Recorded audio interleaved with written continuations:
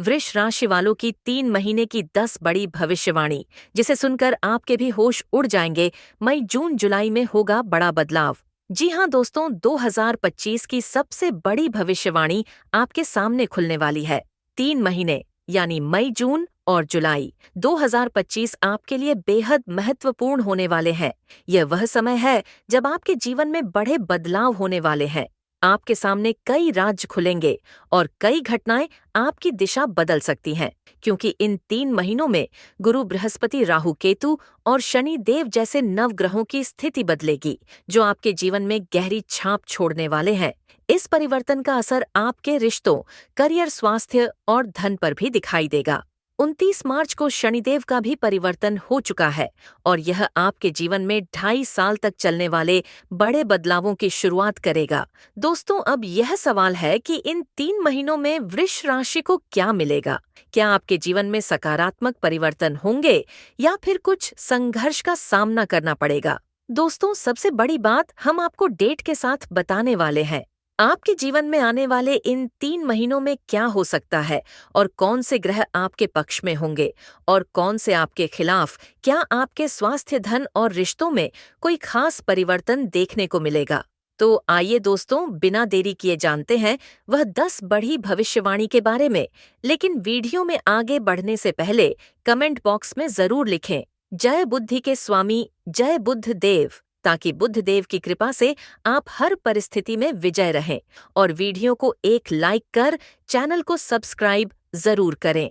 पहली भविष्यवाणी यह कहती है कि यह महीना सामान्य तौर पर आपके लिए बेहतर परिणाम देता हुआ प्रतीत हो रहा है, या यूं कहें कि मई का महीना आपके लिए काफी हद तक अनुकूल रह सकता है।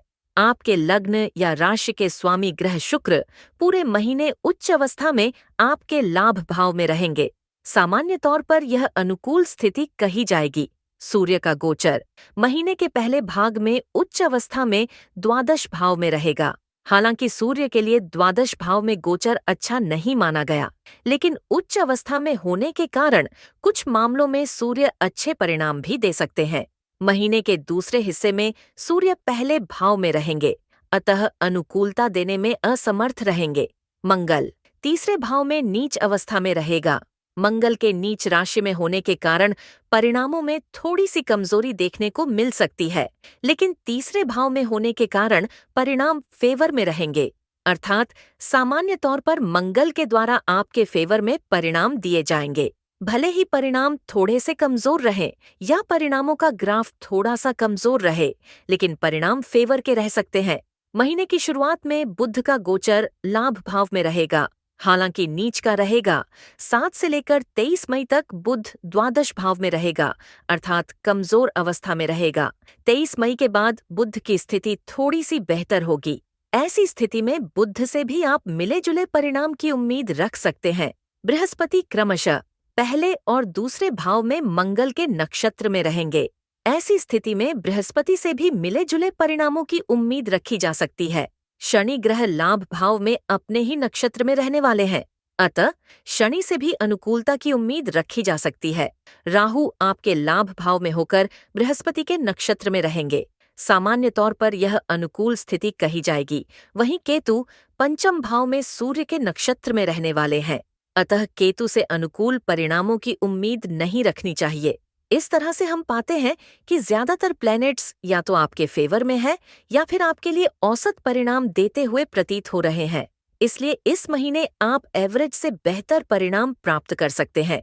अब बात करते हैं आपके प्रेम संबंधों की, तो आपके पंचम भाव के स्वामी बुध 2 बार स्थान परिवर्तन करने वाले हैं। महीने की शुरुआत से लेकर 7 मई तक बुध ग्रह लाभ भाव में उच्च के शुक्र के साथ नीच अवस्था में रहेंगे, अतः येन केन प्रकारेण आपकी लव लाइफ में अनुकूलता बनी रहेगी। छोटे मोटे आर्गुमेंट्स के बाद प्रेम में ताजगी आने के योग भी मजबूत होंगे। 7 मई से 23 मई के बीच बुध ग्रह की कमजोरी के चलते किसी कारण बस एक दूसरे से मिलने के मौके काम मिल सकेंगे। 23 मई के बाद स्थितियां बेहतर हो सकेंगी, अर्थात लव लाइफ में छोटे मोटे उतार चढ़ाव देखने को मिल सकते हैं, लेकिन किसी बड़ी समस्या के योग नहीं है, क्योंकि पंचम भाव पर शुक्र की दृष्टि का प्रभाव बना रहेगा। ऐसी स्थिति में आप समझदारी पूर्वक निर्वाह करते हुए लव लाइफ का आनंद ले सकेंगे। इस मामले में प्रेम का कारक शुक्र आपकी मदद करता रहेगा। अलबत्ता राहु केतु के प्रभाव को देखते हुए बात का बतंगड़ बनाने से बचने की जरूरत भी रहेगी। वहीं वैवाहिक जीवन यानी कि दाम्पत्य सुख की बात करें तो इस मामले में इस महीने मंगल ग्रह तीसरे भाव में रहेगा। यह अनुकूल बात है, लेकिन नीच का रहेगा या थोड़ी सी कमजोर स्थिति है। हालांकि महीने के पहले हिस्से में बृहस्पति की सप्तम दृष्टि आपके सप्तम भाव पर रहेगी, जो किसी भी तरह की बड़ी परेशानी को आने से रोकेगी। महीने के दूसरे हिस्से में गुरु का गोचर बेहतर स्थिति में रहेगा, जो आपके लिए मददगार बनेगा। यानी कि वैवाहिक जीवन में इस महीने छोटी मोटी परेशानियां आने के योग दिख रहे हैं, लेकिन कोई बड़ी परेशानी नहीं होगी। छोटी मोटी नोक झोंक होकर बाद में सब शांत हो जाएगा, जिससे दाम्पत्य जीवन में ताजगी देखने को मिल सकती है। पार्टनर का स्वास्थ्य थोड़ा बहुत गरम गरम रह सकता है, लेकिन चिंता जैसी कोई बात नहीं रहेगी। कहने का तात्पर्य यह कि प्रेम संबंध और वैवाहिक मामले में इस महीने छोटी मोटी विसंगतियों के बाद अच्छी अनुकूलता देखने को मिल सकती है। तीसरी भविष्यवाणी यह कहती है कि करियर स्थान का स्वामी इस महीने लाभ भाव में रहेगा। सामान्य तौर पर यह अनुकूल स्थिति है। हालांकि शनि की यह स्थिति पिछले महीने भी थी और आगे भी कई महीने तक रहने वाली है, लेकिन इस महीने शनि ग्रह अपने ही नक्षत्र में रहेंगे। यह अनुकूल स्थिति है। इसके अलावा उपनक्षत्र की बात करें तो शनि ग्रह इस महीने अपने ही उपनक्षत्र में रहेंगे, साथ ही साथ बुध के उपनक्षत्र में भी रहेंगे। ये दोनों स्थितियां भी अनुकूल कही जाएंगी। अतः कार्य क्षेत्र के मामले में इस महीने आप काफी अच्छा कर सकेंगे। इसलिए मामला व्यापार व्यवसाय का हो या फिर नौकरी का रिस्क नहीं लेना है।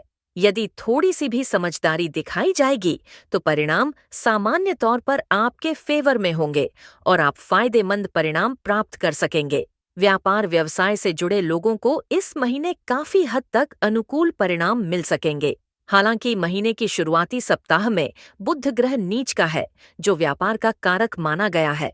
ऐसी स्थिति में कोई रिस्क नहीं लेना है, लेकिन लाभ भाव में होने के कारण साथ ही साथ बुध ग्रह का नीच भंग होने के कारण आप व्यापार व्यवसाय में अच्छा लाभ कमा सकेंगे।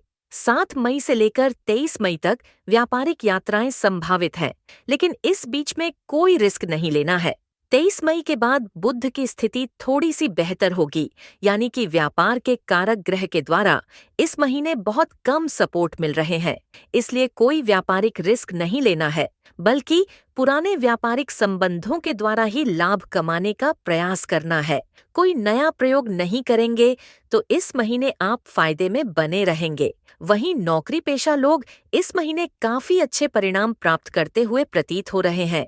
महीने के पहले हिस्से में नौकरी में बदलाव की इच्छा रखने वाले लोग अपने प्रयास में सफल हो सकेंगे। हालांकि आपकी पहली कोशिश यही होनी चाहिए कि यदि वर्तमान स्थान में कोई दिक्कत नहीं है तो यहीं पर बने रहना समझदारी का काम होगा। लेकिन यदि बदलाव बहुत जरूरी हो तो महीने के पहले हिस्से में आप बदलाव कर सकते हैं। कार्य क्षेत्र से संबंधित मामलों में मई का महीना काफी हद तक अनुकूल परिणाम देता हुआ प्रतीत हो रहा है। मामला व्यापार व्यवसाय का हो या फिर नौकरी का, सामान्य तौर पर आप छोटी मोटी विसंगतियों के बाद अच्छे परिणाम प्राप्त करते रहेंगे। चौथी भविष्यवाणी आर्थिक मामले की बात करें तो इस महीने आपके लाभ भाव के स्वामी बृहस्पति इस महीने के पहले हिस्से में पहले तथा महीने के दूसरे हिस्से में दूसरे भाव में रहेंगे, साथ ही साथ मंगल के नक्षत्र में रहेंगे। हालांकि मंगल की प्लेसमेंट अच्छी है, लेकिन नीच अवस्था में होने के कारण और द्वादश भाव के स्वामी होने के कारण लाभ के मामले में थोड़ी सी कमी कर सकते हैं। अर्थात आपके कर्म के अनुसार आपको लाभ मिलने के योग्य तो है, लेकिन कुछ धन अर्थात लाभ में आंशिक कमी देखने को मिल सकती है। किसी काम के जितने पैसे आपको मिलने चाहिए उनमें थोड़ी सी कमी देखने को मिल सकती है। हालांकि यह हो सकता है कि देर सबेर या बाद में वह पैसे भी आपको मिल जाए। लाभ भाव में गोचर कर रहे शुक्र शनि राहु विभिन्न माध्यमों से आपको लाभ करवाना चाहेंगे। अर्थात यदि आपका काम ऐसा है जहां एक से अधिक माध्यमों से लाभ हो सकता है तो इस महीने आपको विभिन्न माध्यमों से लाभ मिल सकता है। वहीं यदि आप नौकरी पेशा हैं तो आपके इंक्रीमेंट की तैयारी के रास्ते खुलेंगे। धन स्थान के स्वामी बुध की स्थिति इस महीने 2 बार बदलने वाली है, अतः बचत के मामले में महीना औसत लेवल का सपोर्ट कर सकता है। खूब कोशिश करने के बाद ही आप बचत कर सकेंगे। वैसे कमाई का ज्यादातर हिस्सा इस महीने खर्च होता हुआ प्रतीत हो रहा है। धन के कारक बृहस्पति महीने के पहले हिस्से में आपको औसत लेवल का सपोर्ट दे रहे हैं, जबकि महीने के दूसरे हिस्से में अच्छा सपोर्ट दे रहे हैं। इस तरह से इस महीने यानी कि मई 2025 में आप आर्थिक मामले में औसत या औसत से थोड़े से बेहतर परिणाम प्राप्त कर सकेंगे। कमाई के दृष्टिकोण से महीना सामान्य तौर पर अच्छा है, पर बचत के मामले में महीना थोड़ा सा कमजोर रह सकता है। हालांकि पहले से बचाए हुए पैसों को सुरक्षित रखने में आपका कामयाब रह सकेंगे। 5वीं भविष्यवाणी। स्वास्थ्य के दृष्टिकोण से मई का महीना आपको सामान्य तौर पर अनुकूल परिणाम देता हुआ प्रतीत हो रहा है। हालांकि मौसम में आ रहा परिवर्तन थोड़ा बहुत प्रभाव ढाल भी सकता है। आपके लग्न या राशि के स्वामी उच्च अवस्था में लाभ भाव में रहेंगे। स्वास्थ्य के दृष्टिकोण से यह अनुकूल स्थिति है, लेकिन पहले भाव पर शनि की दृष्टि पंचम भाव में, केतु की प्लेसमेंट और तीसरे भाव में नीच के मंगल की उपस्थिति तथा महीने के पहले हिस्से में पहले भाव पर बृहस्पति का गोचर थोड़ा बहुत नकारात्मक प्रभाव ढाल सकते हैं। अर्थात कभी कभार मौसम जनित कुछ बीमारियां परेशान कर सकती हैं।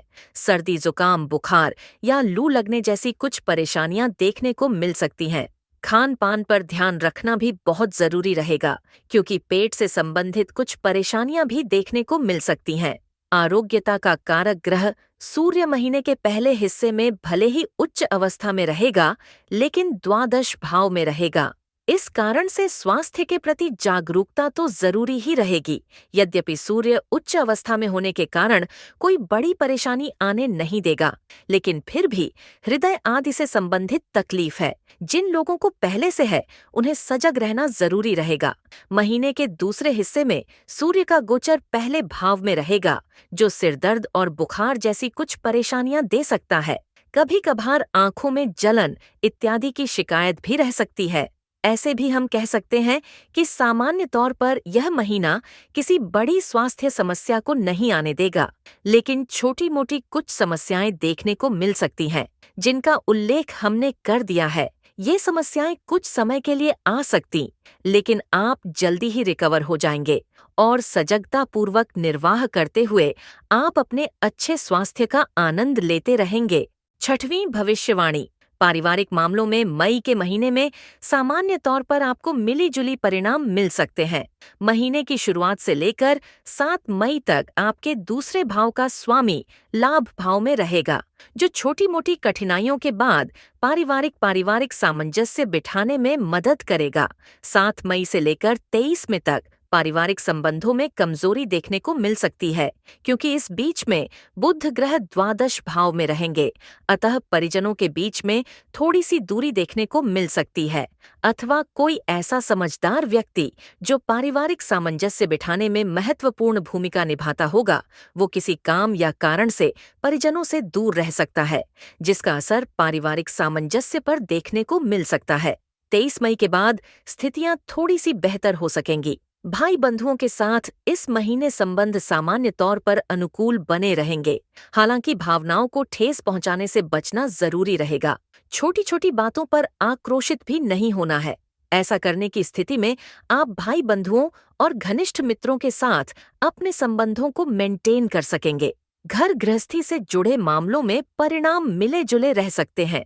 महीने के पहले हिस्से में चतुर्थ भाव का स्वामी भले ही द्वादश भाव में रहेगा, लेकिन उच्च अवस्था में रहेगा, अतः कोई बड़ी परेशानी नहीं आने देगा, बल्कि आप किसी यात्रा इत्यादि में जाकर वापसी के समय घर गृहस्थी से जुड़ी हुई कुछ जरूरी चीजें ला सकते हैं। महीने के दूसरे हिस्से में गृहस्थ मामलों को सुलझाने के लिए अपेक्षाकृत ज्यादा समझदारी की जरूरत रह सकती है। उपाय: माथे पर नियमित रूप से केसर का तिलक लगाएं। इस महीने गुड़ का सेवन न करें। नियमित रूप से हनुमान चालीसा का पाठ करें। तो कैसा लगा आपको यह वीडियो? अगर दिल से जुड़ा हो तो लाइक जरूर कीजिएगा। शेयर कीजिए उन लोगों से जिन्हें इसकी जरूरत है।